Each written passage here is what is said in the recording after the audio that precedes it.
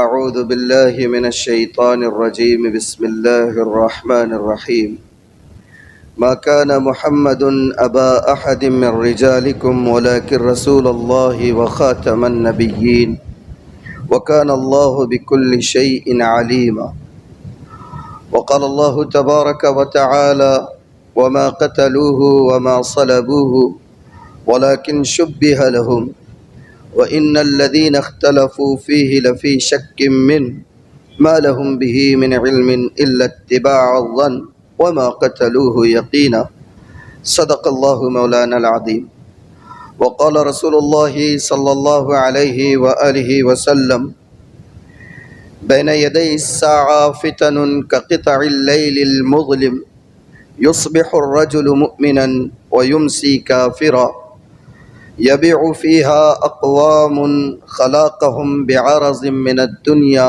قليل أو كما قال عليه الصلاة والسلام رب اشرح لي صدري ويسر لي أمري واحلل عقدة من لساني يفقه قولي۔ قابل صد احترام بزرگوں، عزیز دوستوں اور بھائیوں، آج کا جو موضوع ہے اور جس عنوان پر آپ کو یہاں جمع کیا گیا ہے، ابھی مجھ سے پیشرو مقرر حضرت مولانا مفتی عبدالعظیم صاحب زیدہ مجدہ السامی نے آپ کے سامنے اس موضوع کے متعلق گفتگو بھی کی ہے۔ موضوع کا خلاصہ اگر آپ کے سامنے بیان کیا جائے، یا جس موضوع پر میں بات کرنا چاہتا ہوں اس کا باٹم لائن اور اس کا خلاصہ اگر آپ کے سامنے رکھوں تو وہ یہ کہہ سکتا ہوں کہ موجودہ دور کے فتنے اور ان فتنوں سے بچنے کے سلسلے میں ہماری ذمہ داریاں کیا ہونی چاہیے، اس کو آپ بنیادی طور پر یہ سمجھ سکتے ہیں کہ اس موضوع پر گفتگو ہوگی۔ اتنا تو آپ بھی جانتے ہیں کہ یہ دور فتنوں کا دور ہے۔ فتنے ہر دور میں رہے ہیں، ایسا نہیں ہے کہ ماضی میں فتنوں کا عروج نہیں رہا۔ فتنے ہر دور میں رہے ہیں، لیکن اس دور میں جو فتنے ہیں، اس دور میں جو فتنے پیدا ہو رہے ہیں، ان فتنوں کی رفتار، ان کا پھیلاؤ، ان کا طریقہ کار گزشتہ زمانوں میں ہونے والے فتنوں کی رفتار اور ان کے پھیلاؤ سے بہت گنا زیادہ ہے۔ اس لیے کہ دور ترقی کا دور ہے، یہ دور ٹیکنالوجی کا دور ہے، اور ٹیکنالوجی نے آج کے دور میں ساری معلومات کو بہت محدود کر دیا ہے۔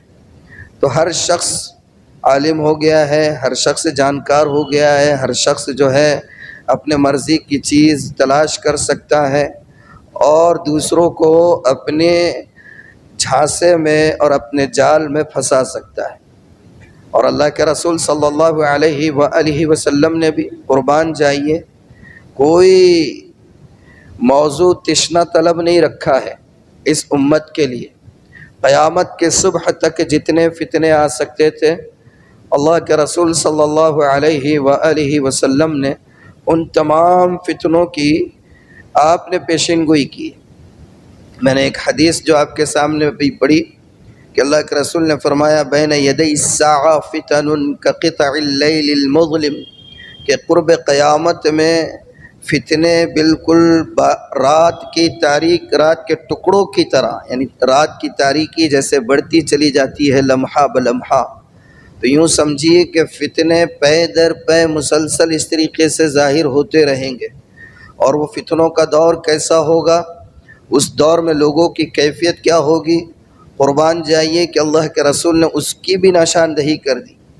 آپ نے فرمایا کہ یصبح الرجل مؤمنا ویمسی کافرا، ان فتنوں کی وجہ سے عام طور پر انسانوں کا حال یہ ہوگا کہ ایک شخص صبح میں تو مسلمان ہوگا، شام ہوتے ہوتے اس کا ایمان اس کے سینے سے رخصت ہو چکا ہوگا، وہ فتنوں کا شکار ہو چکا ہوگا، وہ فتنہ گروہ کے جھانسے میں آ چکا ہوگا۔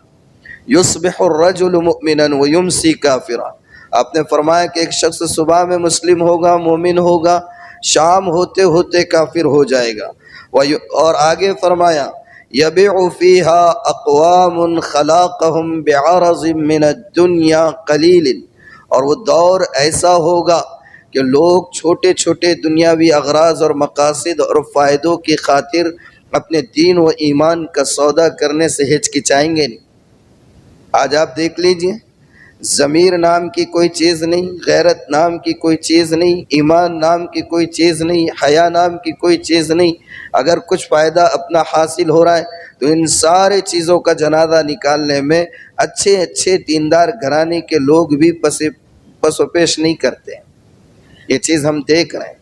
اللہ کے رسول صلی اللہ علیہ وآلہ وسلم نے فتنوں کے حوالے سے جتنی نشاندہی بیان کی تھی، قریب قریب وہ ساری نشاندہی، وہ ساری علامتیں پوری ہوتی ہوئی نظر آ رہی۔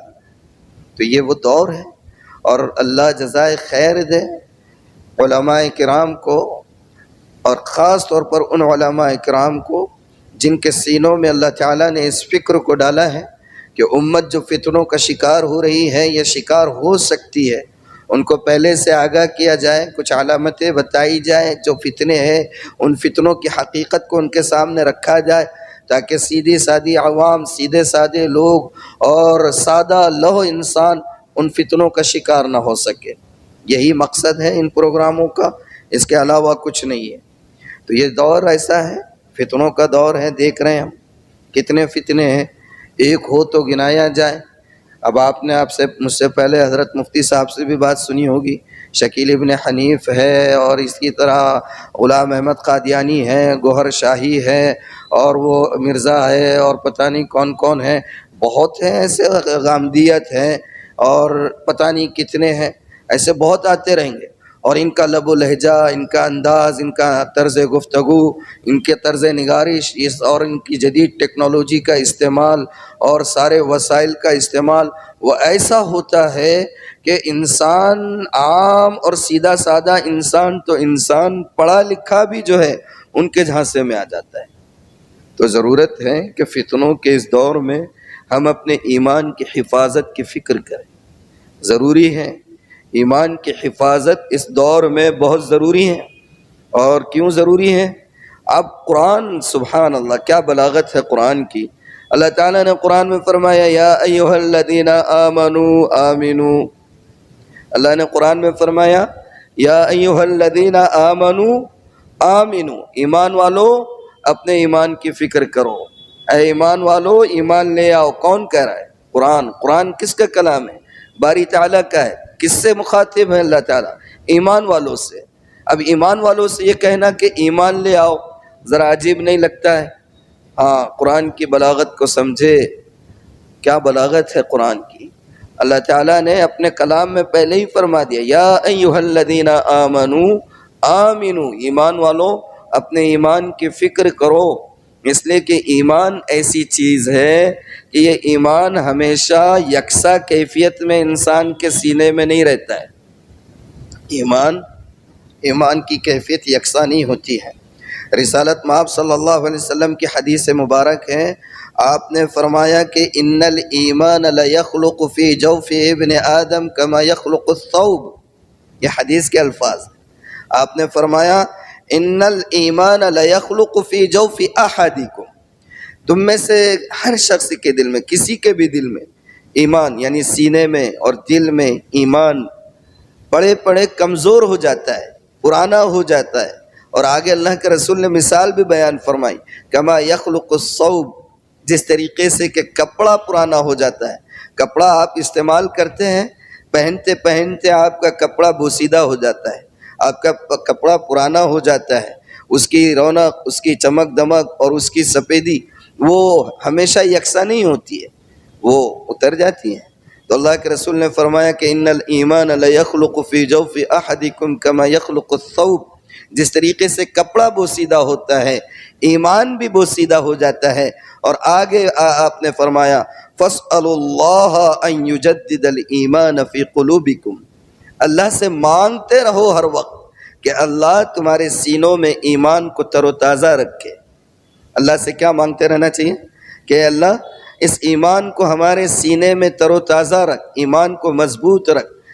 سبحان اللہ، رسالت مآب صلی اللہ علیہ وسلم کی جتنی دعائیں ہیں، ان دعاؤں کی بلاغت کو ہم پہنچ نہیں سکتے، سمجھ نہیں سکتے۔ قرآن کی دعائیں اللہ کے رسول جو مانگا کرتے تھے، ربنا لا تزغ قلوبنا بعد اذ هديتنا وهب لنا من لدنك رحمہ. کیا دعا ہے؟ ربنا لا تزغ قلوبنا بعد اذ هديتنا. اللہ جب ہدایت سے آپ سرفراز کر چکے تو اس سرفرازی ہدایت کے بعد اب ہمارے دلوں کو آپ کہیں اور مڑنے نہ دیجیے گا. ان فتنوں کا شکار ہو رہے ہیں، ہمارے دل مڑ رہے ہیں. اس کا مطلب یہ ہے کہ دل کے اندر ایمان تر و تازہ نہیں رہا، ایمان مکمل نہیں رہا. ایمان کی تجدید کی ضرورت تھی، لیکن سمجھیں گے کب کہ ایمان بوسیدہ ہو رہا ہے، ایمان کمزور ہو رہا ہے، ایمان کامل نہیں ہے، ایمان ناقص ہے. اس کا ادراک، اس کا شعور، اس کی سمجھ کب حاصل ہوگی؟ اس کی سمجھ اس وقت ہوگی جب اصل ایمان کو سمجھیں گے کہ ایمان کیا ہے. مسئلہ تو یہ ہے، المیہ اور ٹریجڈی تو یہ ہے کہ ہمیں ایمان ہی کا پتہ نہیں ہے کہ ایمان کیا ہے. صرف زبان سے لا الہ الا اللہ کہہ دینا ایمان نہیں ہے. صرف زبان سے لا الہ الا اللہ کہہ دینا ایمان نہیں ہے. ایمان نام ہے زبان سے اقرار کا، اس کے ساتھ دل سے تصدیق کا اور دل سے یقین کا.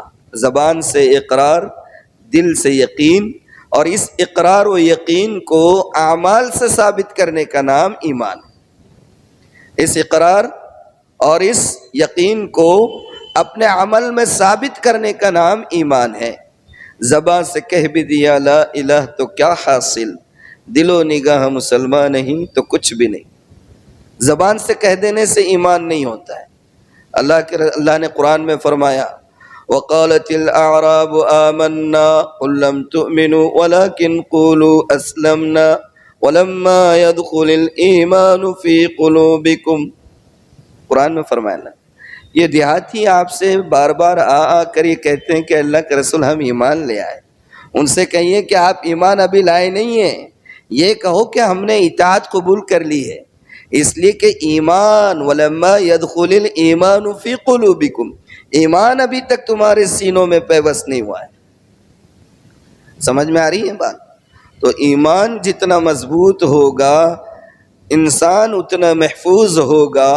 ایمان جتنا کمزور ہوگا انسان کے بہکنے کے، فتنوں میں مبتلا ہونے کے، فتنہ گروں کے جھانسوں میں پھنسنے کے امکان زیادہ رہتے ہیں. کب رہتے ہیں؟ جب ایمان کمزور ہوتا ہے. اور ایمان مضبوط ہوگا تو پھر کسی فتنے کا شکار ہو سکتے ہیں. تو ضرورت کس بات کی ہے؟ ایمان کو مضبوط کرنے کی. اللہ کے رسول نے بھی فرمایا، قرآن نے میں نے بتایا، اللہ تعالیٰ فرما رہے یا ایھا الذین آمنوا آمنوا. اللہ کے رسول فرماتے فاسألوا اللہ ان یجدد ایمانکم فی جوفکم، اللہ سے مانگو. اور ایک دوسری حدیث ہے جس میں آپ فرما رہے ہیں کہ جددو ایمانکم، اپنے ایمان کی تجدید کیا کرو. کیا کیا کرو؟ اللہ کے رسول صلی اللہ علیہ وسلم کی حدیث ہے. آپ فرما رہے ہیں اپنے ایمان کو ٹٹولا کرو، اس کی تجدید کیا کرو، اس کا رینیول کیا کرو، بار بار دیکھا کرو کہ ایمان اپنے اصل معیار پر ہے یا نہیں ہے. تو ایمان کو ٹٹولنا ہوگا اور ایمان کی حفاظت کرنا ہوگا. اور ایمان کی حفاظت کس سے ہوگی؟ بنیادی سوال. چلیے آپ بتائیے ایمان کی حفاظت کس سے ہوگی؟ بولیے، کوئی بھی بولیے، یہ میرا بیان نہیں ہے. جو لوگ مسجد غنی پورہ میں آتے ہیں وہ جانتے ہیں کہ میرا طرز گفتگو اسی نوعیت کا رہتا ہے، مناقشے کے انداز میں، یعنی میوچول کنورسیشن، آپسی گفتگو، سوال کا جواب دینا ہوتا ہے، یہ جانتے ہیں. ہاں، تو ایمان کی حفاظت کس سے ہوگی؟ چلیے میں جواب دے دیتا ہوں. ایمان کی حفاظت ہوگی عقیدے کی درستگی اور عقیدے کے مضبوط ہونے سے. ایمان کی حفاظت کس سے ہوگی؟ جتنا عقیدہ مضبوط اتنا ایمان مضبوط، جتنا عقیدہ کمزور اتنا ایمان کمزور. اور ایمان کے بعد سب سے بڑا عقیدہ کون سا؟ ایمان کے بعد سب سے بڑا عقیدہ کون سا؟ اللہ کے بعد کس کی ذات؟ جناب رسالت مآب صلی اللہ علیہ وسلم کی. جناب رسالت مآب صلی اللہ علیہ وسلم کو اللہ کے نبی اور رسول ماننے کے ساتھ ساتھ اللہ کے اس انسانیت کے لیے آخری نبی تسلیم کرنا ایمان کے بعد سب سے بڑا عقیدہ ہے۔ ایمان کے بعد سب سے بڑا عقیدہ کون سا ہے؟ سب سے بڑا عقیدہ کون سا ہے؟ اللہ کے رسول کو کیا تسلیم کرنا؟ نبی اور رسول تو ماننا ہی ہے، لیکن اس کے ساتھ ساتھ کیا ماننا ہے؟ آخری نبی۔ اللہ کے رسول نے فرمایا انہ لا نبی بعدی ولا امت بعدکم۔ سن لو، اللہ کے رسول نے فرمایا، حدیث سنا رہا ہوں، اللہ کے رسول نے فرمایا انہ لا نبی بعدی، میرے بعد کوئی نبی نہیں، ولا امت بعدکم، اور تمہارے بعد کوئی اور امت اب نہیں آنے والی نہیں ہے۔ یہ جو امت مسلمہ ہے یہ امت وسط ہے، جس کو گواہی دینی ہے گزشتہ ساری امتوں پر۔ یہ امت شاہد رہنے والی ہے اور یہ آخری امت ہے، اب اس کے بعد کوئی امت نہیں آنے والی ہے۔ تو اللہ کے رسول نے کیا فرمایا؟ اللہ کے رسول نے فرمایا کہ الا فاعبدوا ربکم، پہلے تو فرمایا انہ لا نبی بعدی، میرے بعد کوئی نبی نہیں، ولا امت بعدکم، تمہارے بعد کوئی امت نہیں، اور اس کے فوراً بعد آپ نے ارشاد فرمایا الا فاعبدوا ربکم، تو کیا کرو گے؟ اب میرے بعد نبی نہیں، تمہارے بعد امت نہیں، تو کیا کرو گے؟ الا فاعبدوا ربکم، سنو، اپنے رب کی عبادت کرتے رہو، اللہ کی توحید پر استقامت کے ساتھ جمے رہو۔ الا فاعبدوا ربکم وصلوا خمسکم، 5 وقتہ نمازیں ادا کرتے رہو، وصوموا شہرکم، رمضان کے روزے رکھتے رہو، وادوا زکاة اموالکم طیبۃ بہا انفسکم، اور زکوٰۃ ادا کیا کرو، اس سے تمہارے نفس پاک و صاف ہوتے رہیں گے۔ وَأَطِيعُوا أُمَرَاءَكُمْ تَدْخُلُوا الْجَنَّةَ، اور تمہارے امراء کی اطاعت کیا کرو، یہ اتنے کام کرتے رہنا، تدخلوا الجنہ، سیدھے جنت میں داخل ہو جاؤ۔ اس سے ہٹ کر کچھ اور کام کیا، جنت کے ٹریک سے اتر جاؤ۔ جنت کے ٹریک سے کیا ہو جائیں گے؟ آپ نے اس میں ایک جملہ فرمایا وَأَطِيعُوا أُمَرَاءَكُمْ، اپنے سربراہوں کی اطاعت کیا کرو۔ مسلمانوں کے دینی سربراہ کون؟ مسلمانوں کے دینی سربراہ کون؟ فرمائیے، کون ہے؟ یوگی؟ مودی؟ کون ہے؟ ہاں، العلماء ورثۃ الانبیاء، علماء کون ہیں؟ انبیاء کے جانشین ہیں۔ اللہ کے رسول نے فرمایا میرے بعد نبی نہیں، تمہارے بعد امت نہیں، اس لیے نماز پڑھو، روزے رکھو، زکوٰۃ دیتے رہو، اور اپنے سربراہوں کی اطاعت کرو۔ آج جتنے فتنوں میں مبتلا ہو رہے ہیں علماء سے ربط نہیں ہونے کی وجہ سے، علماء سے ربط نہیں ہونے کی وجہ سے، علماء سے تعلق نہیں ہونے کی وجہ سے۔ سوشل میڈیا کی جہاں بہت سے فائدے ہیں، ایک لعنت اس کی یہ بھی ہے کہ اس لعنت نے عوام کو علماء سے دور کر دیا۔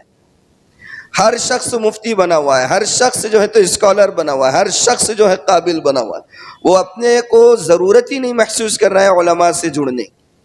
ہاں، سمجھے آپ؟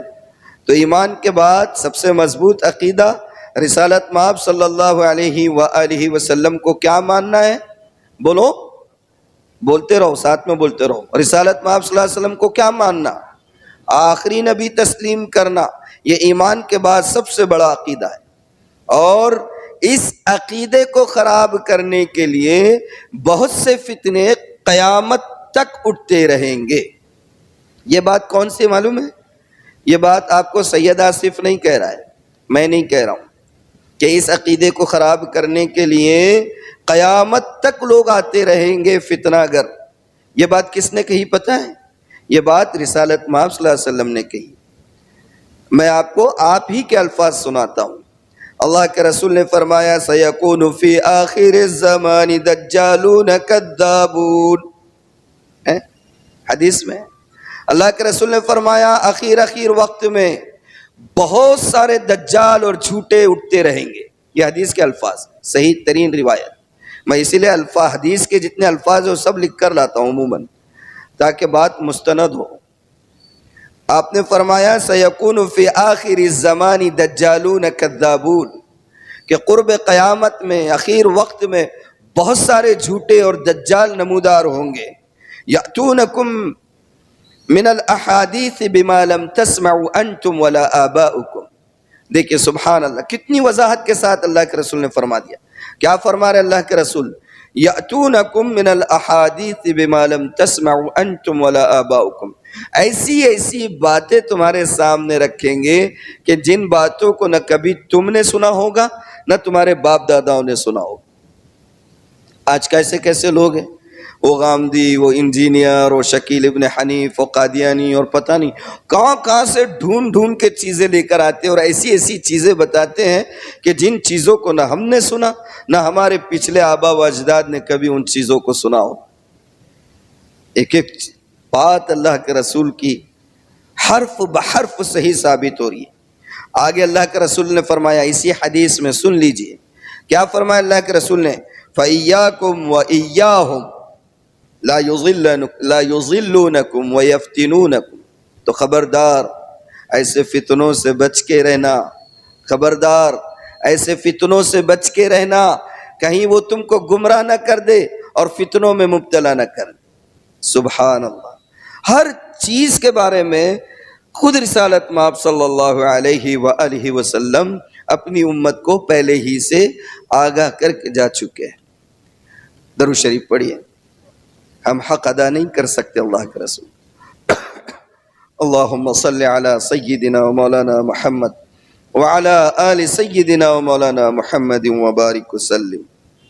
بہت سے قرب قیامت میں واقعات ہوتے رہیں گے، فتنے بھی آئیں گے، حالات بھی الگ الگ آئیں گے. کون کون سی چیزیں واقع ہوگی بتائیے قرب قیامت میں جس کو آپ جانتے ہو؟ قیامت کی موٹی موٹی نشانیاں جن کو آپ جانتے ہو ایک دو بتائیے، ہاتھ اٹھا کر بتائیے مجھے اس نشانی کا پتہ ہے. بتائیے کون جانتا ہے کس کے بارے میں؟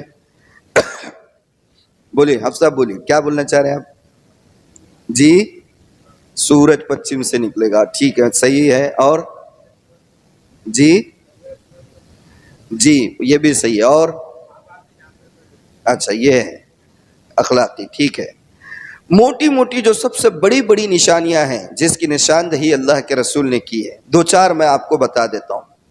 پھر یہ مردود جس کے متعلق یہ اجلاس رکھا گیا اس پر ایک دو باتیں کروں گا اور پھر بات ختم کریں گے انشاءاللہ. جو صحیح ترین حدیثوں سے ثابت ہے، ظہور مہدی یعنی حضرت امام مہدی قرب قیامت میں ان کا ظہور ہوگا. نزول عیسیٰ، حضرت عیسیٰ علیہ السلام کا نزول ہوگا. میرے الفاظ پر غور کریں، یعنی میں پیدا ہونے کی بات نہیں کر رہا ہوں، جو لفظ میں کہہ رہا ہوں اس لفظ کو غور سے سنیں. ظہور مہدی، حضرت امام مہدی ظاہر ہوں گے. نزول عیسیٰ، حضرت عیسیٰ علیہ السلام کا کیا ہوگا؟ نزول ہوگا. نزول کس کو کہتے ہیں؟ نزول کہتے ہیں بلندی سے نیچے اترنے کو. عروج و زوال سنا ہے آپ نے؟ اردو میں بولتے ہیں عروج و زوال، قوموں کا بہت اوپر جانا، کامیاب ہونا، اور زوال پستی میں چلے جانا، اتر جانا نیچے. تو نزول عیسیٰ، عیسیٰ علیہ السلام اتریں گے. کہاں سے اتریں گے؟ آسمان سے اتریں گے. دو چیزیں ہوگی، ظہور مہدی، نزول عیسیٰ، اور خروج دجال. دجال نکلے گا، یہ بھی قیامت کی نشانی ہے. یاجوج اور ماجوج نکلیں گے، یہ بھی قیامت کی نشانی. موٹی موٹی نشانی یہ جتنے ہیں، دجال اور یاجوج ماجوج دنیا کو تباہ کرنے کے در پہ ہوں گے. حضرت مہدی اور حضرت عیسیٰ علیہ السلام یہ دنیا اور انسانوں کے ایمان کی حفاظت کریں. آئی بات سمجھ میں؟ اب یہ لوگ کیسے حضرت مہدی ہیں، ان کا ظہور کب ہوگا، کیسے ہوگا، وہ کون ہوں گے، کہاں پیدا ہوں گے، ان کے والد کون ہوں گے، ان کے والدہ کون ہوں گی، وہ کس خاندان سے ہوں گے، کیا کریں گے، اور وہ ساری تفصیلات، ایک ایک جزیات اللہ کے رسول صلی اللہ علیہ وسلم نے احادیث میں بیان فرما دی. اب بہت سے لوگ ابھی اس وقت جو ہے دنیا میں ایسے ہیں جو دعویٰ کر رہے کہ ہم مہدی ہیں. اب میں آپ کو اس سے کمپیئر کر کے بتاؤں گا کہ یہ کتنے صحیح اور کتنے جھوٹے، آپ فیصلہ کریں. حضرت عیسیٰ علیہ السلام کے مسیح ہونے کا بھی دعویٰ کرتے لوگ، مسیح ہونے کا بھی دعویٰ، مسیح حضرت عیسیٰ کو کہتے ہیں۔ عیسیٰ علیہ السلام کب پیدا ہوئے، کب اٹھائے گئے آسمان پر، زمین پر دوبارہ اتارے جائیں گے؟ تو جب اتارے جائیں گے تو نبی ہوں گے یا اس امت کے فرد ہوں گے، یا ان کی نبوت باقی رہے گی نہیں رہے گی؟ وہ اتریں گے تو کیا کریں گے، کیا کیا ہوگا، یہ ساری تفصیلات حدیث میں موجود۔ دجال کون ہوگا، کیا کرے گا، اس کی قوت کیا ہوگی، اس کا اقتدار کتنا ہوگا، اس کا ظلم کیسا رہے گا، اس کی تفصیلات بھی احادیث میں موجود۔ یاجوج ماجوج کے بارے میں بھی ساری تفصیلات موجود ہیں۔ اب میں ان تفصیلات کو بیان کروں اس سے پہلے تھوڑا سا آپ کو وہ بدبخت کے بارے میں بتا دوں جس کے متعلق یعنی عام طور پر ایک فتنہ پھیلا ہوا ہے، شکیل بن حنیف۔ اس سے پہلے بھی بہت آئے۔ اللہ کے رسول نے فرمایا، جیسے میں نے آپ کو ابھی پڑھ کے سنایا حدیث کہ آپ نے فرمایا کہ قرب قیامت میں بہت سے دجال اور جھوٹے پیدا ہوں گے۔ اس سے پہلے بھی ایک ہوا تھا، اس سے پہلے ہمارے ملک میں ایسے تو بہت ہوئے۔ اللہ کے رسول صلی اللہ علیہ وسلم کے عہد مبارک ہی میں کچھ لوگ تھے جنہوں نے نبوت کا جھوٹا دعویٰ کیا تھا، لیکن کیفر کردار تک پہنچا دیے گئے۔ ہمارے ملک میں جو ہوئے ہیں ان میں ایک مرزا غلام احمد قادیانی تھا۔ آزادی سے پہلے جب بھارت متحدہ تھا، ہندوستان، پاکستان، بنگلہ دیش وغیرہ، اس دور کی بات ہے، قادیان میں جو پنجاب کا ایک حصہ ہے وہاں پر ایک شخص پیدا ہوا تھا مرزا غلام احمد۔ اس نے جو ہے سب سے پہلے مہدی ہونے کا دعویٰ کیا، پھر مسیح ہونے کا دعویٰ کیا، اور آخر میں جو ہے نبوت کا دعویٰ کر دیا۔ اس سے پہلے یعنی یہ دعوے کرنے سے پہلے بہت یعنی کہ اس نے اسلام کی خدمت بھی انجام دی، بہت کچھ کام کیا، اور شکل کا کچھ یہ نہیں تھا، بس شکل تھا۔ یعنی میں ایسی خالی اس لیے نہیں کہ میں مسلمان ہوں اور نفرت میں کہہ رہا ہوں، آپ اس کی تصویریں وغیرہ نیٹ وغیرہ پر موجود ہے، دیکھے تو کراہیت محسوس ہوتی ہے، نہ صورت، نہ شکل، نہ لباس، نہ حلیہ، اور بالکل مخبوط الحواس شخص تھا۔ کتنا مخبوط الحواس شخص تھا معلوم ہے؟ بیماریوں کا پلندہ تھا کم بخت مرزا غلام احمد قادیانی۔ ہاں، میں نے کہیں سنا تھا کسی مقرر کی زبان میں، اور اس کو پڑھنے میں بھی آیا ہے کہ اتنا مخبوط الحواس تھا کہ پیشاب کی بیماری تھی، بار بار پیشاب آتے رہتا تھا، تو ڈھیلے جو ہے جیب میں رکھتا تھا، صدری کے ایک جیب میں ڈھیلے رکھتا تھا، ایک جیب میں جو ہے گڑ رکھتا تھا، گڑ۔ اور دماغ اتنا کمزور تھا کہ کبھی کبھار جو ہے پیشاب کو جاتا تو طہارت لینے کے لیے ڈھیلے کے بجائے گڑ سے طہارت لے لیتا، اور گڑ کھانے کے بجائے ڈھیلا کھا لیتا۔ اور یہ حقیقت ہے، لکھنے والوں نے، عینی شاہدین نے یہ باتیں لکھی ہے۔ تو ایسا مخبوط الحواس شخص تھا، اللہ جزائے خیر دے۔ اس وقت ہمارے جو اکابر علماء کرام تھے ان میں سر دست یعنی کہنا چاہیے علامہ انور شاہ کشمیری رحمۃ اللہ علیہ، اور پھر جو مجلس احرار اس وقت تھی، مجلس احرار سے وابستہ جتنے علماء کرام تھے، ان لوگوں کا مشن ہی صرف جو ہے قادیانیت کی سرکوبی تھا۔ اور ان کے علاوہ بھی بہت سے لوگ تھے، خاص طور پر لاہور سے ایک اخبار نکلتا تھا چٹان، شورش کاشمیری صاحب کا اخبار، اور ان کی قلمی صلاحیت اخیر دور میں قادیانیت کی سرکوبی کے لیے مختص ہو گیا۔ اللہ نے سچ کو ظاہر کر دیا، بہرحال وہ مر گیا مردود، فاتحہ نہ درود۔ مگر ایسا نہیں ہے کہ اس کی محنت کا سلسلہ ختم ہو گیا ہو، آج بھی قادیانیت ہے دنیا میں، اور پنپ رہی ہے، پھیل رہی ہے، لندن میں اور اس میں ان کو جو ہے پناہ ملی ہوئی ہے۔ اور آپ یوں بھی دیکھ لو، پہلے سے بھی چلا آ رہا ہے اور ابھی بھی یہی حال ہے کہ جو بھی اسلام کے خلاف بات کرتا ہے، اسلام کے خلاف یا پیغمبر اسلام کے خلاف یا قرآن کے خلاف یا اللہ کے خلاف کوئی بات کرتا ہے، تو دنیا کی حکومتیں اس کو ہاتھوں ہاتھ لیتی ہیں۔ سلمان رشدی کا نام سنا ہے آپ نے؟ ہاں، تسلیمہ نسرین کا نام سنا ہے؟ یہ وہ لوگ ہیں جنہوں نے اسلام کے خلاف بکواس بکی ہے، کتابیں لکھی ہیں، کچھ یعنی کہ اور غلط سلط کچھ باتیں کی ہے، ان کو ان اسلام دشمن عناصر نے ہاتھوں ہاتھ لیا ہے۔ ہاں، جس کو بھی دنیا میں آج بھی ہیرو بننا ہے، وہ اسلام یا اسلامی عقیدے کے خلاف اٹھ کھڑے ہوتا ہے اور راتوں رات وہ ہیرو بن جاتا ہے۔ اور ان کو حکومتیں اس طریقے کا پروٹوکول دیتی ہیں جس طریقے کا پروٹوکول کسی ملک کے پرائم منسٹر کو یا پریزیڈنٹ کو ملتا ہے۔ یہ کوئی مبالغہ نہیں کہہ رہا ہوں، یہ کوئی مبالغہ نہیں ہے. جو پروٹوکول، جو پریویلیجز، جو مراعات، جو سیکیورٹی کا نظام کسی ملک کے کسی منسٹر کو دیا جاتا ہے، ویسا پروٹوکول، ویسا پریویلیج اور ویسی مراعات ان کمبختوں کو جو ہے اسلام دشمن حکومتوں کی طرف سے ملتا ہے. ابھی تسلیمہ نسرین کہاں ہے؟ ہمارے ملک بھارت نے پناہ دیا ہوا ہے شاید. پیچھے ابھی 1-2 سال پہلے کہیں آئی تھی اور اس سے پہلے حملے ہوئے، کیا کیا ہوئے. تو اب تو حکومت اسلام دشمنی ہی میں چل رہی ہے نا. تو یہ سارا نظام قادیانی تھا. ایسے ہی یہ شکیل ابن حنیف ہے. یہ شکیل ابن حنیف کیا ہے؟ یہ جو ہے دہلی کے ایک علاقے محلے نبی کریم کا رہنے والا ایک شخص تھا. وہاں امامت وغیرہ بھی کیا کرتا تھا بتاتے ہیں، اور اسی علاقے میں تھا. محنت کرتا رہے، لوگ گرویدہ ہوئے، اور انہوں نے جو ہے لوگوں کی گرویدگی کا فائدہ اٹھانے اور استحصال کرنے کے لیے نیا فتنہ چھوڑ دیا کہ میں مہدی ہوں. کیا بولا اس نے؟ میں مہدی ہوں. اب مہدی کون ہوں گے؟ میں نے آپ کو پہلے بتایا. امام مہدی کا کیا ہوگا؟ ظہور ہوگا، نزول عیسیٰ ہوگا. یہ کمبخت کہاں پیدا ہوا؟ دربھنگہ کا ہے. کہاں؟ بہار کے شہر دربھنگہ میں پیدا ہوا، اور خان فیملی سے ہے. کون سی فیملی سے ہے؟ خان فیملی سے. خان ہے یہ، اور نام ہے شکیل. باپ کا نام ہے حنیف. دربھنگہ کا پیدا ہوا ہے. دلی میں کام کرتا تھا، اور وہاں پر اپنا یہ فتنہ اس نے نکالا.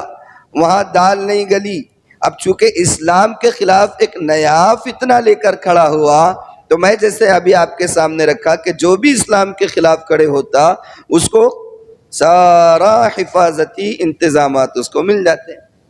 یہاں اور پتہ نہیں کہاں کہاں رہتے رہتے کمبخت آیا ہماری ریاست میں. مہاراشٹر کے شہر یعنی اورنگ آباد میں، مرٹواڑی کا جو ہمارا کیپٹل ہے، اورنگ آباد میں جو پڑے گاؤں کا علاقہ ہے، پڑے گاؤں کے رحمت نگر علاقے کے اندر اس کو کسی نے بہت بڑی کالونی دے دی، اور اس کے اندر وہاں پر اس نے اپنا مرکز بنایا، اور وہاں پر پورا پروٹوکول ہے، حفاظتی انتظامات ہے، کوئی براہ راست اس تک پہنچ نہیں سکتا. دعویٰ کیا کیا اس نے؟ کہ میں مہدی ہوں. اس کا نام کیا ہے؟ شکیل. باپ کا نام کیا ہے؟ حنیف. کہاں کا رہنے والا ہے؟ دربھنگہ کا رہنے والا ہے. اب سنو، اللہ کے رسول صلی اللہ علیہ وآلہ وسلم نے مہدی کے ظاہر ہونے کی جو پیشین گوئی کی تھی، حضرت امام مہدی کے بارے میں آپ نے ہر طرح کی اطلاع پہلے دے دی تھی. آپ نے فرمایا تھا امام مہدی کے بارے میں، حدیث ہے، آپ نے فرمایا لو لم يبق من الدنیا الا یوم لطول اللہ ذلك اليوم. اگر دنیا اختتام کو پہنچ جائے اور بالکل دنیا کا آخری دن بھی ہو، تو اللہ تعالیٰ اس دن کو بہت لمبا کر دے گا. حتی یبعث فیہ رجلا منی او من اہل بیتی. یعنی یہ اس تعبیر کا مطلب کیا ہے؟ مطلب یہ ہے کہ جب تک میں جو بات آگے کی کہنے جا رہا ہوں وہ جب تک نہیں ہوگی قیامت نہیں آئے گی. یہ مطلب ہے. یہ مطلب نہیں ہے کہ آخری دن لمبا ہوگا اور اس میں آئے گی. سمجھے آپ؟ جیسے ہم بولتے جب تک میں یہ کر نہیں لوں گا مروں گا نہیں، بولتے ہیں نا، اس انداز کی تعبیر ہے یہ. آپ نے فرمایا لو لم یبق من الدنیا الا یوم لطول اللہ ذلک اليوم. اگر دنیا اپنے اختتام کو پہنچ جائے اور دنیا کا آخری دن ہوگا تو اللہ تعالیٰ اس دن کو بھی اتنا لمبا کر دے گا حتی یبعث فیہ رجلا منی او من اہل بیتی، کہ اس دن میں یہاں تک کہ اللہ تعالیٰ اس دن میں ایک شخص کو ظاہر کرے گا. کیا کرے گا اللہ تعالیٰ؟ ظاہر کرے گا. حتی یبعث، یہ نہیں کہا کہ ظاہر ہوگا. فرق سمجھے؟ رسالت میں آپ صلی اللہ علیہ وسلم کے الفاظ پر غور کرے. آپ نے فرمایا حتی یبعث فیہ رجلا، اللہ اس میں ایک شخص کو ظاہر کرے گا. اور وہ شخص کون ہوگا؟ منی، میرے خاندان سے ہوگا. او من اہل بیتی، آپ نے فرمایا میرے اہل بیت میں سے ہوگا. کس میں سے ہوگا؟ یہ کہاں سے کمبخت؟ یہ بولتے رہو کہاں سے ہے؟ دربھنگہ سے. کون سی فیملی کا ہے؟ خان فیملی کا ہے. اللہ کے رسول کیا فرما رہے؟ حتی یبعث فیہ رجلا منی او من آل بیتی. ایک شخص کو اللہ ظاہر کرے گا جو مجھ سے ہوگا یا میرے اہل بیت میں سے ہوگا. اور آگے آپ نے فرما دیا، سنو غور سے، یواطئ اسمہ باسمی، یواطئ اسمہ باسمی. وہ شخص کون ہوگا؟ آپ نے فرمایا کہ اس کا نام میرے نام کی طرح ہوگا. کیا ہوگا؟ آپ کا نام کیا ہے؟ ہمارے نبی پاک صلی اللہ علیہ وسلم کا نام کیا ہے؟ محمد. آپ نے فرمایا وہ میرا ہم نام ہوگا. کیا ہوگا؟ میرا ہم نام ہوگا. اللہ کے رسول کا نام محمد ہے، تو وہ جو امام مہدی ظاہر ہوں گے ان کا نام کیا ہوگا؟ ان کا نام محمد ہوگا. ان کے باپ کا نام عبداللہ ہوگا، اور ان کی والدہ کا نام کیا ہوگا؟ والدہ کے نام کی وضاحت نہیں ہے. والدہ کا نام کیا ہوگا؟ جی آمینہ ہی رہے گا. ہاں، ان کے والدہ کا نام آمینہ ہوگا. دیکھیں، یواطئ اسمہ باسمی، ان کا نام میرے نام کے مماثل ہوگا. ان کے باپ کا نام عبداللہ، والدہ کا نام آمینہ. اور آگے روایتوں میں یہ بھی آتا ہے کہ وہ حضرت فاطمہ کی نسل سے ہوں گے. کس کی نسل سے ہوں گے؟ اب کتنی نشانیاں ہو گئی؟ نام کی وضاحت ہو گئی، باپ کے نام کی وضاحت ہو گئی، ماں کے نام کی وضاحت ہو گئی، کس خاندان سے ہوں گے وہ بھی وضاحت ہو گئی. اب یہ کم وقت آپ دیکھو، یہ شکیل ہے، باپ کا نام حنیف ہے، پیدا ہوا دربنگا میں، خان فیملی سے ہے، اور محنت کرا کہاں؟ دلی میں. ابھی آ کے سڑ رہا کہاں؟ پڑے گاؤں میں، اورنگ آباد کے پڑے گاؤں میں. اور امام مہدی کون ہوں گے؟ محمد ابن عبداللہ، اللہ کے رسول کے اہل بیت سے، حضرت فاطمہ کی نسل سے. اور اللہ ظاہر کیسے کرے گا؟ یہ قرب قیامت میں جس دور میں یہ پیدا ہوں گے، یہ مدینے کے رہنے والے ہوں گے. کہاں کے رہنے والے ہوں گے؟ مدینے کے رہنے والے ہوں گے. ہاں، اب دیکھو، وہ غلام احمد قادیانی کہاں کا تھا؟ قادیان میں پیدا ہوا تھا. اس نے بھی مہدی ہونے کا دعویٰ کیا تھا. اس کا نام کیا تھا؟ احمد تھا، غلام احمد. کیا نام تھا اس کا؟ غلام احمد. دو کس بنا میں احمد گمراہ کند جہارا. دو کس بنا میں احمد گمراہ کند جہارا. مرزا غلام احمد. اب دوسرا نام نہیں لیتا ہوں، چلو. جو عقل مند ہے اس کے لیے اشارہ کافی ہے. جو عقل مند ہے اس کے لیے اشارہ کافی ہے. احمد نام کے دو لوگوں نے دنیا کو گمراہ کر دیا. ایک تو غلام احمد ہے اور ایک دوسرے احمد صاحب ہے. جانے دو. ہاں، مدینے میں رہیں گے، اور جب وہ رہیں گے ایک عادل بادشاہ اس وقت رہے گا مدینے کے اندر جو رہیں گے. اتفاق سے ان کا انتقال ہو جائے گا. اب جب ان کا انتقال ہو جائے گا تو لوگ کسی قابل، کسی دیندار اور کسی عادل شخص کو اس کی نیابت یا اس کی جانشینی کے لیے تلاش کریں گے. ان کا مقام مدینے میں بہت بلند رہے گا. تو امام مہدی کو ڈر لگے گا کہ چونکہ یہ مر چکے ہیں بادشاہ اور لوگ ان کے جانشین کی تلاش میں ہیں، تو یقیناً یہ مجھ کو جو ہے اس کا جانشین بنا دیں گے، اور یہ دنیا اور دنیاوی حکومت اور اس کا نظام سنبھالنا یہ میرے بس کا کام نہیں. تو امام مہدی کیا کریں گے؟ مدینہ چھوڑ کر مکہ آ جائیں گے، تاکہ نہ رہے باس، آگے بولو، نہ بجے بانسری. بانسی نہیں رہا تو بانسری کہاں سے بجتی؟ مدینے سے مکہ چلے جائیں گے. مکہ چلے جائیں گے، لیکن لوگوں کے سرچ کرنے کا دائرہ اور تلاش کرنے کا دائرہ وہ صرف مدینے تک محدود نہیں رہے گا. یہ جب وہاں چلے جائیں گے، طواف کر رہے ہوں گے، مطاف میں ہوں گے، طواف کر رہے ہوں گے، وہاں لوگ ان کو دیکھ لیں گے. وہاں ان کو لوگ کیا کریں گے؟ دیکھ لیں گے، اور دیکھ کر ان کو جو ہے حضرت کو پکڑ دیں گے. حضرت سے درخواست کریں گے کہ حضرت یہ وقت ہے کہ آپ کو زمان سنبھالنی پڑے گی. اگر آپ میدان میں نہیں آئیں گے تو میدان کسی اور کا ہو جائے گا. میدان کسی اور کا ہو جائے گا. زبردستی حضرت سے بیعت لیں گے. زبردستی کیا ہوگا؟ مطاف میں. اب یہ جیسے ہی ایک بادشاہ ہمارا جانشین کی تلاش شروع ہوئی، حضرت مکہ گئے. مکہ میں آ کر حضرت کو دبوچیں گے اور فوراً بیعت ہو جائے گی. فوراً کیا ہو جائے گی؟ ہاں یہ پیدا ہوا دربھنگہ میں، دلی میں سڑا، اورنگ آباد میں آیا، کب سے پڑھا؟ اب تقریباً 20 سال ہو گئے اس کو۔ کتنے سال ہو گئے اس کو یہ سلسلہ شروع کی ہوئے؟ تقریباً 20 سال ہو گئے۔ امام مہدی کے بارے میں لوگوں کو جیسی معلوم ہوگا کہ قابل ہے، فوراً ان کے ہاتھ پر بیعت ہوگی اور ان کو خلیفہ بنا دیا جائے گا۔ اور حدیث میں ہے کہ جب ان کو خلیفہ ان کے ہاتھ پر بیعت ہوگی اور یہ خبر جب پھیلے گی تو ملک شام سے ایک لشکر ان کے مقابلے کے لیے نکلے گا۔ امام مہدی کے مقابلے کے لیے کیا نکلے گا؟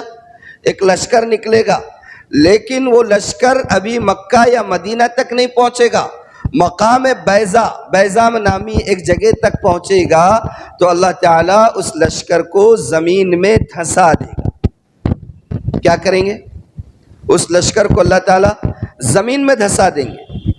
اب جب اس واقعے کی خبر پوری دنیا میں پھیلے گی تو پوری دنیا کے اور بالخصوص شام، عراق، یمن وغیرہ کے جو اطراف کے ممالک ہیں، ان علاقوں کے جتنے قطب اور ابدال کے درجے کے اولیاء ہوں گے وہ سب کے سب جو ہے مدینہ آ کر یا مکہ آ کر حضرت کے ہاتھ پر بیعت کریں گے۔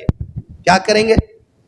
حضرت کے ہاتھ پر بیعت کریں گے اور آپ کی خلافت کا پھر اعلان ہوگا، اور اس کے بعد حضرت امام مہدی کی حکومت تقریباً 8 یا 9 سال تک چلتی رہے گی۔ کتنے سال چلتی رہے گی؟ اور یہ جو ظہور ہوگا حضرت کا 40 سال کے بعد ہوگا۔ کتنے سال کے بعد؟ 40 سال کی عمر میں ظہور ہوگا، اور اس کے بعد 8-9 سال تک حکومت چلتی رہے گی۔ اور انہی کے زمانے میں، امام مہدی کے زمانے میں جب کفر متحد ہو جائے گا، جیسے عراق کے وقت کفر متحد ہو گیا تھا، جیسے افغانستان کے وقت کفر متحد ہو گیا تھا، ان کے زمانے میں بھی پورا عالم کفر متحد ہو جائے گا۔ اللہ تعالیٰ آسمانوں سے حضرت عیسیٰ کو نازل فرمائیں گے۔ آئی بات سمجھ میں؟ اب یہ تو خود خبیث مہدی بھی بول رہا، اپنے آپ کو مسیح بھی بول رہا ہے، اپنے آپ کو اور کیا بول رہا ہے؟ مسیح بھی بول رہا ہے۔ اب آپ مہدی کا تو کلیئر ہو گیا کہ انہیں کیا اس کا باپ اس کی نسل قیامت کی صبح تک بھی زور لگا دے، بنتے؟ کیسا بنتے؟ اللہ کے رسول کے خاندان سے ہوں گے، ان کا نام محمد ہوگا، والد کا نام عبداللہ ہوگا، والدہ کا نام آمنہ ہوگا، حضرت فاطمہ کی نسل سے ہوں گے، مدینے کے رہنے والے ہوں گے، لوگ مطاف میں بیعت کریں گے۔ انہوں نے تو ابھی مطاف کی اور خانہ کعبہ کی شکل بھی دیکھا کہ نہیں۔ انہی کے زمانے میں حضرت عیسیٰ علیہ السلام کا کیا ہوگا؟ نزول ہوگا۔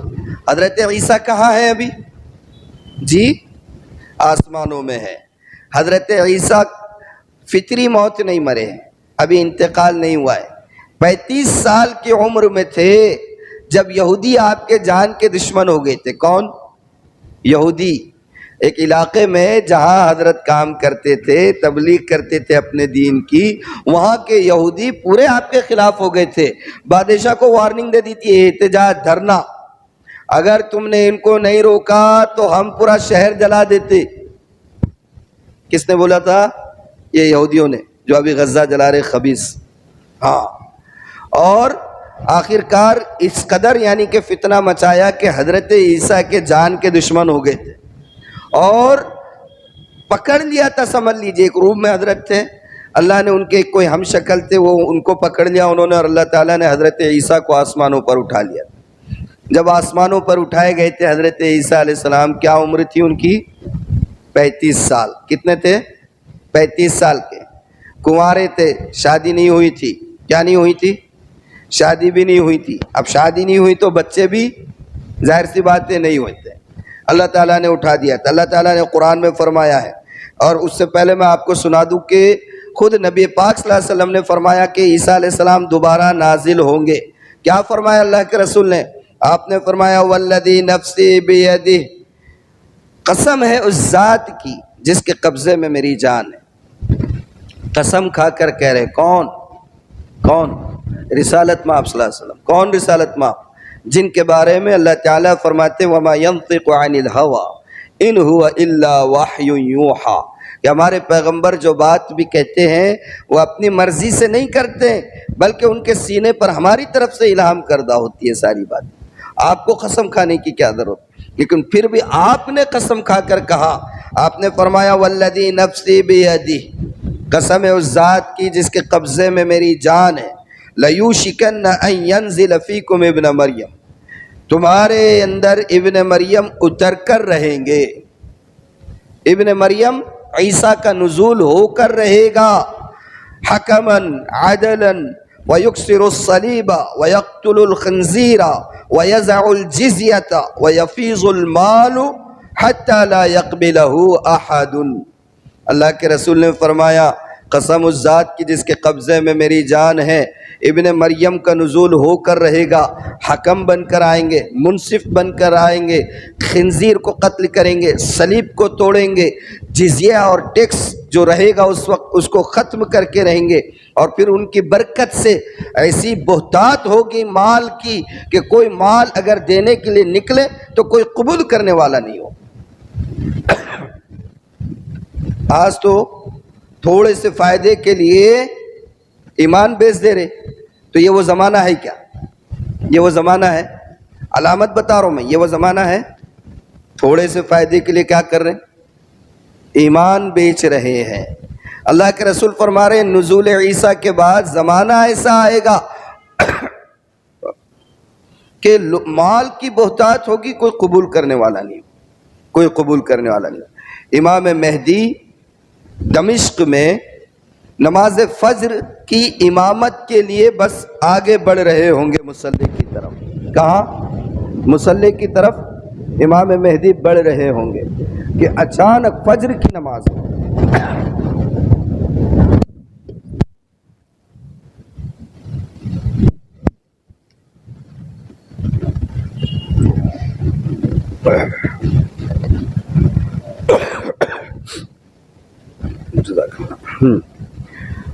امام مہدی فجر کی نماز ادا کروانے کے لیے یا امامت کرنے کے لیے آپ مصلی کی طرف بڑھ رہے ہوں گے کہ اچانک ایک شور سنائی دے گا۔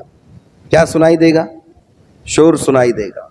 لوگ دیکھیں گے تو کیا دیکھتے ہیں کہ دو فرشتے ہیں، اور ان فرشتوں کے پروں پر ہاتھ رکھے ہوئے عیسیٰ علیہ السلام آسمان سے اتر رہے ہوں گے، اور اتریں گے کہاں؟ دمشق کی جامع مسجد کے سفید مینار پر۔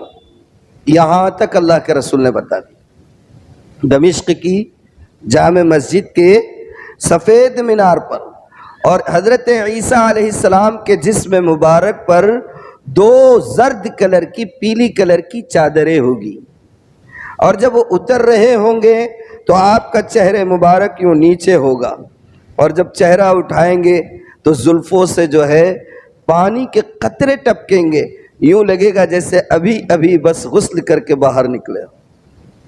اتنی تفصیلات ہے حدیث میں نزول عیسیٰ کی۔ ہاں، حضرت عیسیٰ کا نزول ہوگا، امام مہدی اور سارے لوگ دیکھ کر پہچان لیں گے۔ اللہ کے رسول نے علامتیں بیان کی ہوئی ہیں۔ امام مہدی آپ سے نماز پڑھانے کی درخواست کریں گے۔ کیا کریں گے؟ کہ حضرت آئیے آگے بڑھیے، آپ نماز پڑھائیے، تو حضرت انکار کر دیں گے، حضرت انکار کر دیں گے، کہیں گے نہیں آپ نماز پڑھائیں گے اور میں آپ کے پیچھے نماز پڑھوں گا۔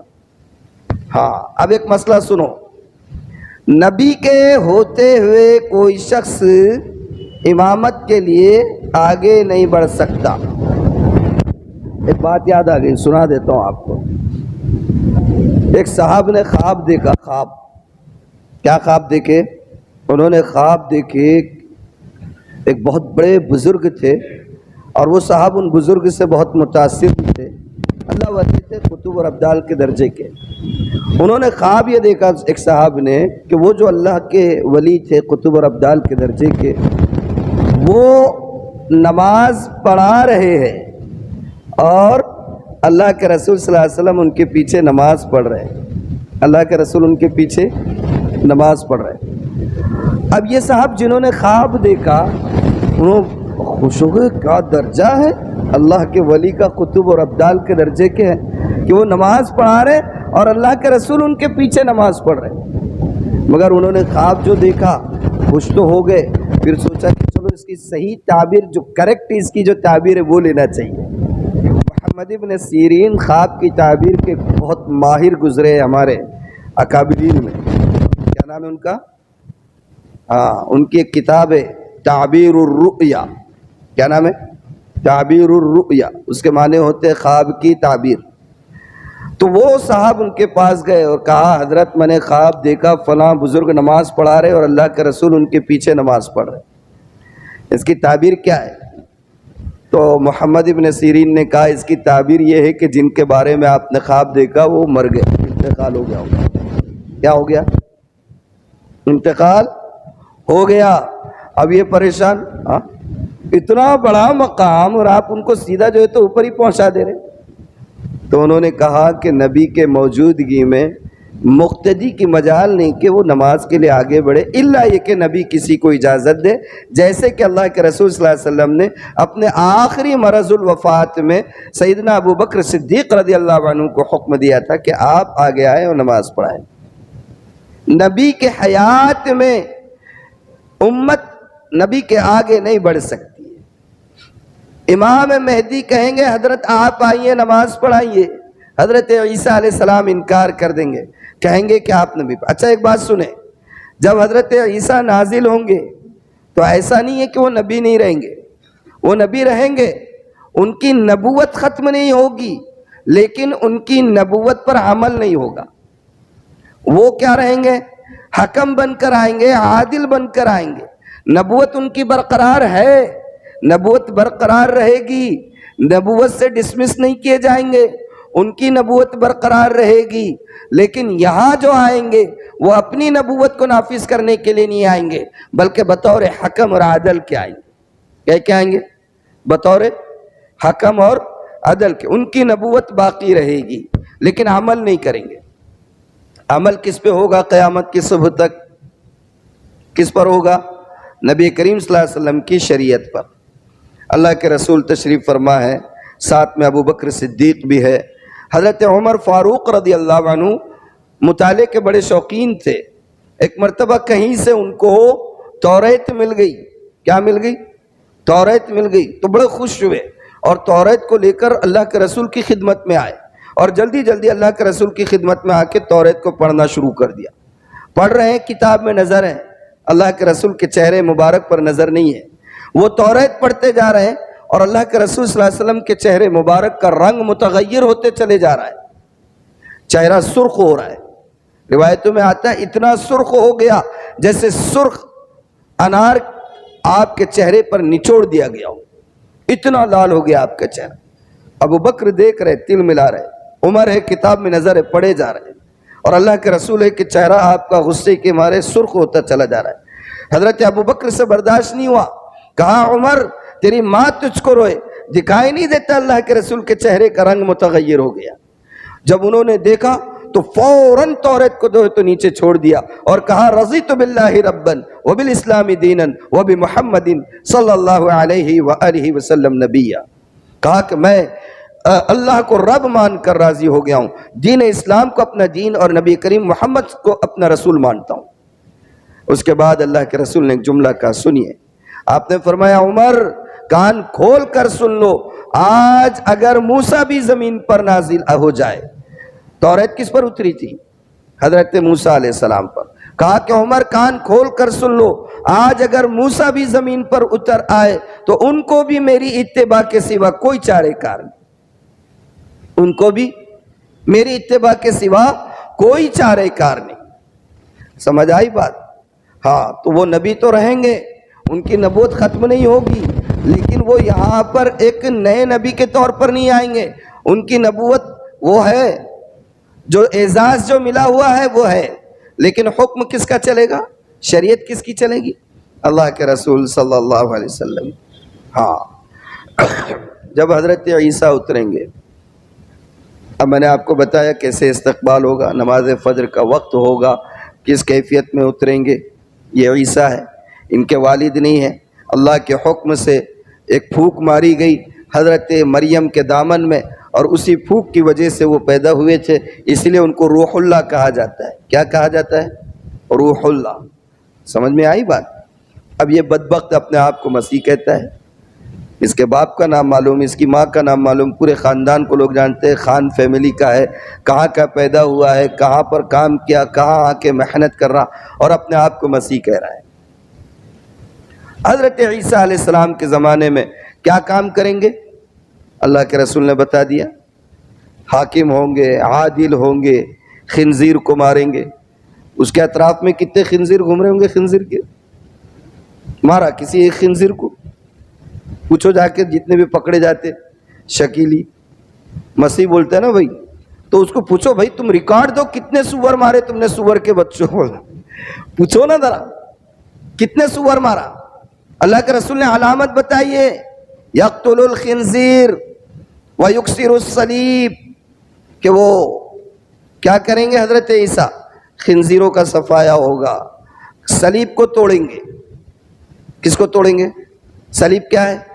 وہ جو کرسچن لوگوں کا جو ہوتا ہے، جو اس طریقے کا جو بنا ہوا، اس کو توڑیں گے۔ اس کو توڑیں گے مطلب ان کا اقتدار ختم ہو کریں گے۔ وہ جب ٹوٹ جائے گا اقتدار ختم ہو جائے گا۔ اس نے کس کا اقتدار ختم کیا؟ کس کا اقتدار ختم کیا؟ کون سی صلیب توڑا؟ کون سے خنزیروں کا صفایا کیا؟ ہاں سمجھے آپ؟ یہ حضرت عیسیٰ، ان کے زمانے میں یاجوج ماجوج کا بھی جو ہے وہ رہیں گی، بہت بڑی قوم رہے گی، بہت بڑی تعداد میں رہیں گے۔ کتنی بڑی تعداد میں رہیں گے؟ بہت نکلیں گے۔ ابھی بند ہے، سد سکندری لگی ہوئی ہے۔ کیا لگی ہوئی ہے؟ سد سکندری۔ ہاں، وَيَسْأَلُونَكَ عَنْ ذِي الْقَرْنَيْنِ، ذی القرنین کے واقعے میں پورا یاجوج ماجوج کا تذکرہ ہے۔ کس کے واقعے میں؟ ذی القرنین کے واقعے میں۔ ہاں، وہ دیوار بنائی حضرت ذی القرنین نے، قرب قیامت میں وہ دیوار جب گرے گی تو وہ قوم نکلے گی یاجوج ماجوج، اور کم نہیں رہیں گے، بہت بڑی تعداد میں رہیں گے۔ کتنی بڑی تعداد میں؟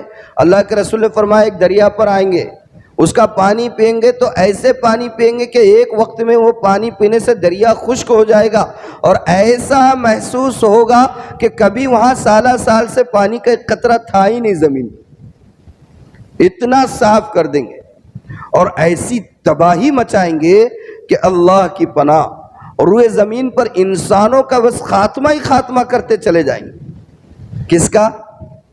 انسانوں کا۔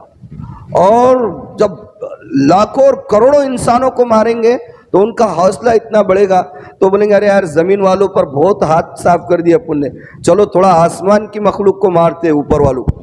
اور پھر ہے کہ آسمان میں تیر برسائیں گے، تو اللہ کے رسول نے فرمایا جب تیر برسائیں گے تو ان تیروں کو جو ہے خون لگ کر واپس آئیں گے تیر، اللہ آزمائے گا۔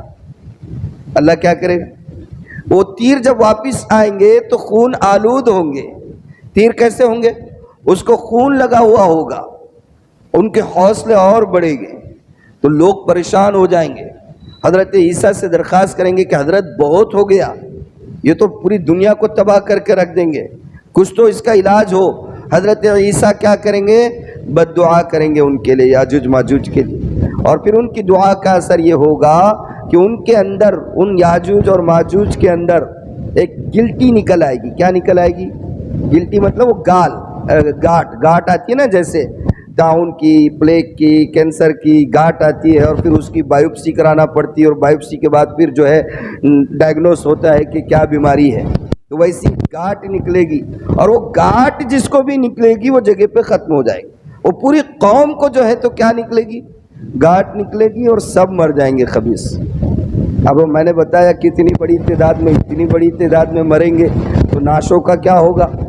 سڑیں گے، بدبو پیدا ہوگی، تعفن ہوگا، لوگ برداشت نہیں کر سکیں گے، پھر آئیں گے حضرت کے پاس، حضرت یہ تو ایک مصیبت کی ہو گئی ان کا مرنا، سارا انفیکشن اور سارے جو ہے جراثیم اور ساری بدبو۔ حضرت پھر دعا کریں گے، دعا کرنے کی وجہ سے اللہ تعالیٰ پھر ایک عجیب قسم کے جانور کو پیدا کریں گے یا اتاریں گے۔ وہ جانور بڑی بڑی گردنوں والے ہوں گے، اور وہ جانور جو ہے ان یاجوج ماجوج کی جو پڑی ہوئی لاشیں ہیں ان لاشوں کو کھائیں گے، اور کچھ بچے ہوئے ہوں گے تو اس کو لے جا کے سمندر میں پھینک دیں گے۔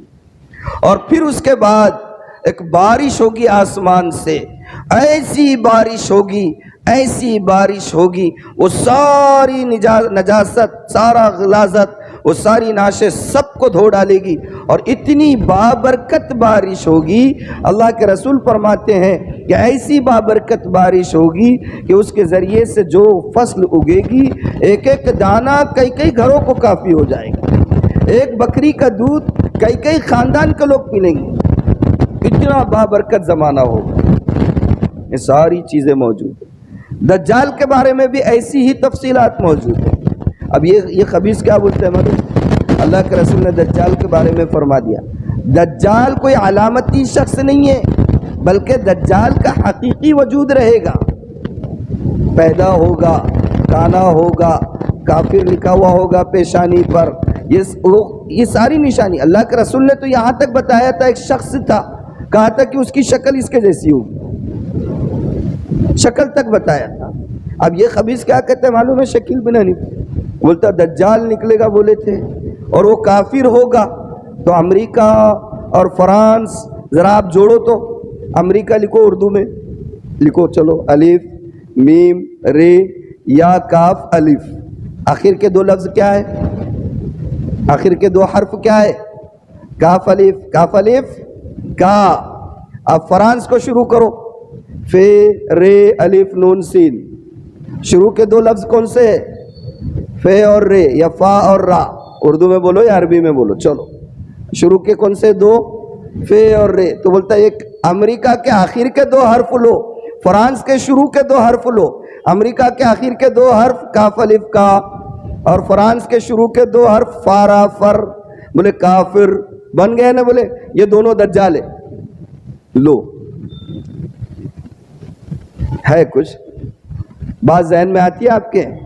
اللہ کے رسول نے فرمایا کہ دجال گدھے کی سواری کرے گا۔ کس کی سواری کرے گا؟ گدھے کی۔ وہ بولتے ہیں جو فائٹر پلین ہے فائٹر، یہ جتنے بھی ہے، یہ ہے، اس کا منہ گدھے کے جیسا رہتا ہے، ایسے بنے والے نا آج کل جتنے بھی، تو بولے وہی ہے، اسی کو کہا گیا ہے۔ تو ساری باتیں اوٹ پٹانگ ہیں۔ اب حیرت کی بات کیا ہے؟ حیرت کی بات یہ ہے کہ ایسی بے سر و پیر کی ہانکنے والوں کو بھی مل جاتے نکٹو بہت سارے۔ کیوں ملتے وہ؟ بولو آپ، میں نے شروع میں بتایا نا کیوں ملتے، بولو جی آپ کیوں ملتے؟ ہاں سبحان اللہ، اللہ آپ کو جزائے خیر عطا کرے۔ کیوں ملتے؟ اس لیے کہ ایمان کمزور ہو گیا ہوا ہے، اور ایمان کمزور ہونے کا نتیجہ کیا نکلا؟ عقیدہ محفوظ نہیں ہے، ایمان کمزور ہے، اور کمزور ایمان فتنوں کا شکار ہو جاتا ہے۔ تو پھر ضرورت کس بات کی ہے؟ ضرورت کس بات کی ہے؟ ایمان کو مضبوط بنانے کی ہے۔ یا ایھا الذین آمنوا آمنوا جددوا ایمانکم، اللہ کے رسول نے فرمایا ایمان مضبوط کرو۔ اور ایمان کہاں مضبوط بنے گا؟ خود سے بنے گا، ہاں پھر مسجد میں بھی خود سے بنے گا، مسجد میں بھی آتے جنات۔ پھر علماء کو پکڑو، کس کو پکڑیں گے؟ علماء کو پکڑو، علماء کی صحبت، علماء سے ربط۔ آج جتنے اسلام دشمن عناصر ہیں ان کی کوشش یہی ہے کہ لوگوں کو علماء سے بدظن کرے۔ کیا کرے؟ لوگوں کو علماء سے بدظن کرے۔ ارے ان کو کیا آتا، 2 رکعت کے امام، مسجد میں 10 اور 15 ہزار روپے کمانے والے، ان کی باتوں میں آئے تو اپنے کو جو ہے تو پتھر کے زمانے میں جانا پڑتا، دنیا میں کیسے چلنا ہے اپنے کو دیکھنا پڑتا۔ یہ سسٹم، یہ سارے فتنے ہیں۔ یہ کیا ہے؟ جڑ کے رہنا ہے علماء سے، دین کو سیکھنا ہے۔ مسائل کبھی پوچھنے آتے پوچھنے آتے نا، میں بولتا ہوں آتے بول کے، یہاں ممبر پہ بیٹھ کے بولتا ہوں۔ کون سے مسئلے پوچھنے کو آتے معلوم؟ ابا مر گئے، اتنی جائیداد چھوڑے، مولانا کس کو کتنا ملے گا بولو نا۔ نہیں تو بہت زیادہ شریف رہا تو انہیں پوچھنے کو آتا، مولانا صحیح جی قسم سے دل میں نہیں تھا، وہ غصے میں دے دیا طلاق، ہوتی کیا جاؤں قمر الدین میں؟ یہ پوچھنے کو آتے۔ کیا پوچھنے کو آتے؟ کبھی ایک بار تو بھی یہ پوچھنے کے لیے آئے کہ مولانا یہ جو فتنے چل رہے یہ کیوں ہیں؟ اس کا حل کیا ہے؟ نوجوانوں میں بے راہ روی جو پیدا ہوئی ہے، اس کا حل کیا ہے؟ اپنے محلے کو صحیح راستے پر ڈالنے کے لیے ہم ان 5 وقتہ نمازوں کے علاوہ اور کیا نظام بنا سکتے ہیں؟ محلے کی غربت کو ختم کرنے کے لیے کیا کر سکتے ہیں؟ بے روزگاری اور اسی طریقے سے جہالت کو ختم کرنے کے لیے کیا کر سکتے ہیں؟ کبھی آئے آپ کے پاس آئے حضرت؟ میرے پاس تو نہیں آئے، دیکھو کبھی آپ کے پاس آئے، بدر الدین صاحب بھی بیٹھے ہوئے، آپ کے پاس آئے کوئی ایسا پوچھنے؟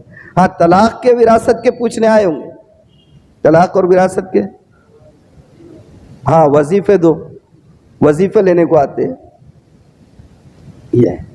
تو میں کیا پڑھوں گا اس کیفیت پر معلوم ہے؟ برا مت مانیے گا، مگر یہ حقیقت ہے۔ انا للہ و انا الیہ راجعون، کیا پڑھوں گا؟ انا للہ و انا الیہ راجعون۔ یہ ساری حقیقتیں میں نے آپ کے سامنے ظاہر کیا۔ اللہ کے رسول نے قسم کھا کر یہ بات کہی کہ فتنے ظاہر ہوں گے، اور یہ بھی فرمایا کہ فتنوں کی کیفیت یہ ہوگی کہ صبح میں تو بندہ مومن ہوگا، شام ہوتے ہوتے کافر ہو جائے گا، شام میں مومن ہوگا، صبح ہوتے ہوتے کافر ہو جائے گا، اور چھوٹے سے دنیاوی فائدے کے لیے اپنے دین و ایمان کا لوگ سودا کریں گے۔ آج وہ دور ہم دیکھ رہے ہیں، تو خدا کے لیے اپنے اور اپنی نسل کے دین اور ایمان کی حفاظت کا سامان کرے، علماء سے جڑے، صحیح علم حاصل کرے۔ ہر ایرا غیرہ نتو خیرہ کوئی بھی کھڑے ہوتا اس کی باتوں میں آ جاتے ہیں، یہ مت کرے۔ دین انہی لوگوں سے لینا چاہیے جو مستند علماء ہیں۔ یہ جو علماء ہوتے ہیں، پتہ ہے ان کو عالمیت کی سند کب ملتی ہے؟ یہ جو احادیث کی کتابیں ہیں اور فقہ کی بھی کتابیں ہیں، ان کتابوں کو انہوں نے جن سے پڑھا، ان سے لے کر امام اعظم ابو حنیفہ یا احادیث کا سلسلہ ہے تو جناب محمد الرسول اللہ صلی اللہ علیہ وسلم تک پوری چین ملتی ہے کہ سید آصف نے کن سے پڑھے، انہوں نے کن سے پڑھے، انہوں نے کن سے پڑھے، اور انہوں نے یہ سلسلہ جاتا ہے شاہ ولی اللہ محدث دہلوی، اور پھر ان کے واسطے سے جناب محمد الرسول اللہ صلی اللہ علیہ وسلم۔ یہ مستند لوگ ہیں، مستند ذرائع سے جو دی، اسی لیے علماء کا اتنا مقام ہے۔ پتہ ہے علماء کے بارے میں زبان درازی نہیں کرنی چاہیے۔ بہت سے لوگ سمجھتے ہیں ہم کو سب آ گیا۔ حدیث میں آتا ہے کل قرب قیامت کے دن حشر کے میدان میں ایک عالم کو لایا جائے گا۔ بہت سے، اب انسان ہے نا بھائی، انسان ہے، خامی تو ہونا ہے، نبی کے علاوہ کوئی معصوم نہیں ہے، خامیوں کو نہیں دیکھنا۔ اللہ تعالیٰ کہیں گے بہت سارے گناہ رہیں گے، بہت سارے اس کے نام عمل، بولیں گے اگر یہی سب کرنا رہتا، جہنم میں ڈالنا رہتا، سزا ہی دینا ہوتا تو میرا علم تیرے سینے میں کیوں ڈالتا؟ جاؤ لے جا کے جنت میں ڈالو اس کو۔ یہ صحیح حدیث کی روایت ہے، میں سنا رہا ہوں آپ کو۔ ہاں، اب یہ اور بات ہے کہ ہمیں اپنا جائزہ لیتے رہنا ہے، ہم بھی اپنے ایمان کی اور اپنے اخلاق، وہ الگ مسئلہ ہے، لیکن آپ کے لیے بتا رہا ہوں کہ علماء سے جڑے، دینی مسائل، حالات حاضرہ، فتنوں کے لیے، یہ سب چیزوں کے لیے ملتے رہنا چاہیے، پوچھتے رہنا چاہیے، تبھی بچیں گے۔ کریں گے کوشش انشاءاللہ۔ اب یہ جتنے بھی ہے، شکیل ابن حنیف ہے، قادیانی ہے، مرزا انجینئر ہے، اور وہ غامدیت ہے، فلاں ہے اور فلاں ہے، ان کے چکروں میں نہیں پڑنا۔ اللہ ہم سب کے دین اور ایمان کی حفاظت فرمائے۔ وآخر دعوانا الحمدللہ رب العالمین۔